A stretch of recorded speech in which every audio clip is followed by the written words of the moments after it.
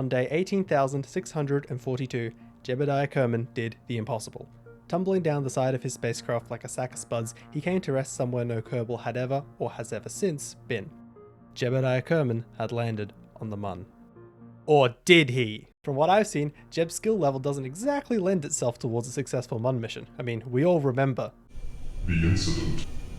Besides that, his dark industry connections give him every reason to lie. I'm here at the request of a group who simply don't believe it's possible Jeb landed on the Mun. They're having a little trouble proving it though, which is where I and my reputation come in. Anyway, let's begin. Please hold your questions until the end. I don't have all day. For those who weren't paying attention, let's review what allegedly happened. First, Jeb evolved from Kerbin Monkey into a Kerbal, then he strapped himself to the top of a rocket, went big up, fell around the planet for a little bit, relit the candle and went hurtling towards the Mun, slammed the brakes and started falling around the Mun for a bit, then he deorbited from the Mun and gently crashed into the lunar surface with all the precision a Kerbin Monkey operating a flamethrower on steroids can. He then fell at the top of the rocket, ate absolute shit in the Mun dust, polluted with his little flag, had a photo op, then climbed back aboard his rocket, got back into orbit, and then started hurtling back towards Kerbin before re-entering at a very reasonable 20 Gs and suffering no discernible injuries. But yeah, I'm the crazy one for suggesting he faked it. It gets worse though. Upon exiting what remained of his spacecraft, Jeb seemingly devolved straight back into Kerbin Monkey as he proceeded to claim that he no longer remembered how any part of the rocket he just flew on was built. That's very convenient,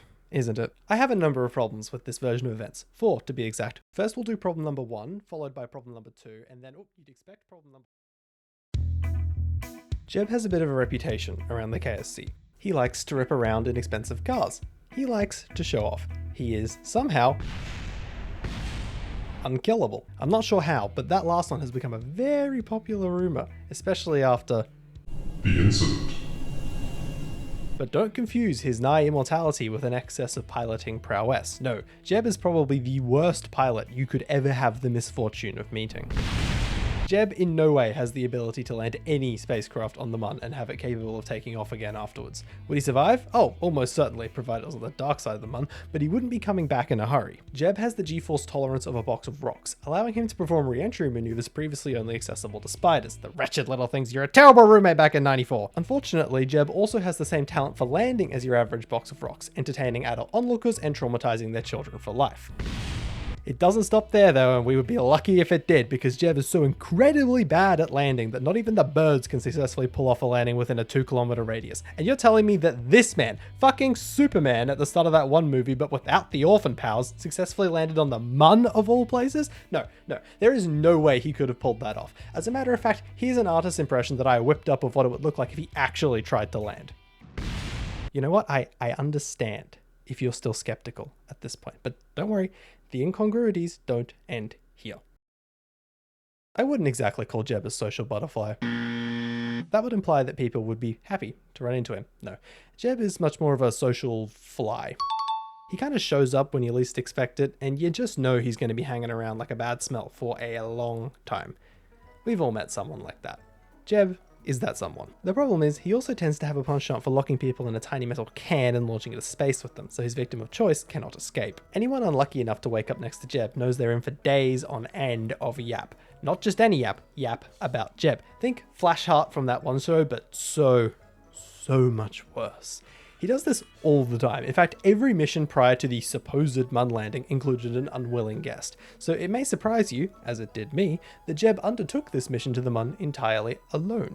It's not that the heroic Jeb simply didn't want to risk the life of one of his comrades. We all remember. The incident.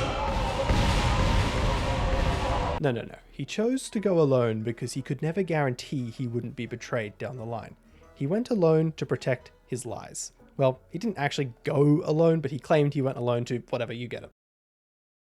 Let's quickly rewind to my little recap from before. He then fell at the top of the rocket, ate absolute shit in the Mun dust. Ate shit in the Mun dust, eh? Well, that would imply the Mun was made of dust, wouldn't it? Or perhaps rocks? Well, I'll be the judge of what the Mun is made of through science. The core concept we're going to be using is light reflectance. When light impacts matter, some of the energy from that light is absorbed, with the rest being reflected back out into the universe. Exactly what light is absorbed and how much is dependent on the structure of the matter, so we can use this as a sort of fingerprint for a material. If we take some kind of composite material, such as the surface of the Mun, we can use this concept to determine what components make up the composite. We'll start by measuring the intensity of different wavelengths of light well into the infrared reflected off the Mun. We then scale these intensities by the intensity of the original light from the sun being reflected. This gives us a set of data points, each containing a wavelength and a number between 0 and 1. If this is getting to be too much maths for you already, then I'm sorry, you're in the wrong place.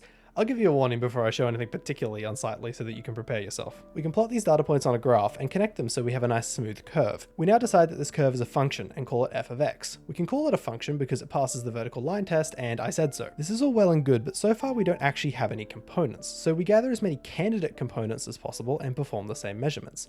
For each of these, we also create a function which, maths alert, we will generally denote as ci of x. Now the way we determine which of our candidates are components is by finding a weighted sum of candidates that approximates our original function. Maths alert, it's only getting worse. For each candidate, we will assign an individual weight value called theta I, with the constraint that the sum of all thetas must be equal to 1, since our thetas represent what portion of the whole composite the corresponding candidate represents. For a given set of thetas, we represent our weighted sum by g theta of x. Our objective is now to find a set of theta values that make g theta of x equal to f of x. Once we have obtained such a set of theta values, we will know how much of each candidate material makes up our composite. Now my background is in machine learning, so I'm naturally drawn towards this kind of solution. Look out! We define this sum of squared error loss function, which we can then differentiate with respect to our thetas and optimize. Except we can't, because this is not differentiable with respect to our thetas, as this is not integrable with respect to x, as none of these are continuous.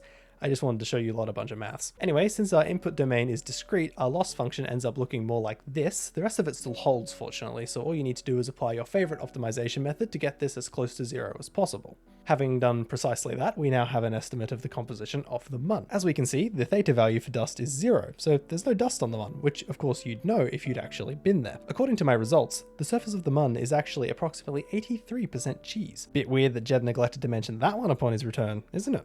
Unless, of course, he never went at all. Now, at this point, you may be asking, but Mr. Internet Man, what reason does Jeb have to lie? To that, I would say you clearly haven't been paying attention. I said to hold your questions until the end. I let the first one through, but this doesn't. This does link perfectly into my next point, though. Jeb has every reason to lie. Rockets are expensive. They're intricate pieces of machinery which present a tremendous opportunity for profit if you're in the right place at the right time. So, let's review the lucky contract winners for some of these parts, shall we? Kerbedyne, Rocket Max Conglomerate. Oh, would you look at that? Jebediah Kerman.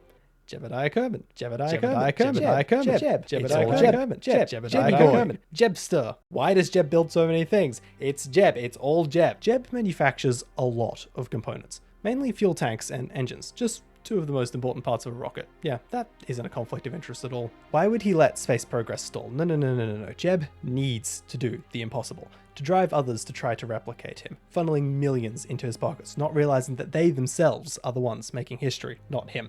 That's why he claimed he forgot how to build the rocket. That way everyone would have to start at square one. Jeb may be a moron, but he isn't stupid. Not only does he get rich off the backs of honest Kerbals trying to advance their species, he also gets one of the most prestigious places in the history books. All built on lies. Now I'm sure there's no doubt in your mind that Jeb absolutely in no way landed on the Mun. It's simply impossible. He did land on Minmus though.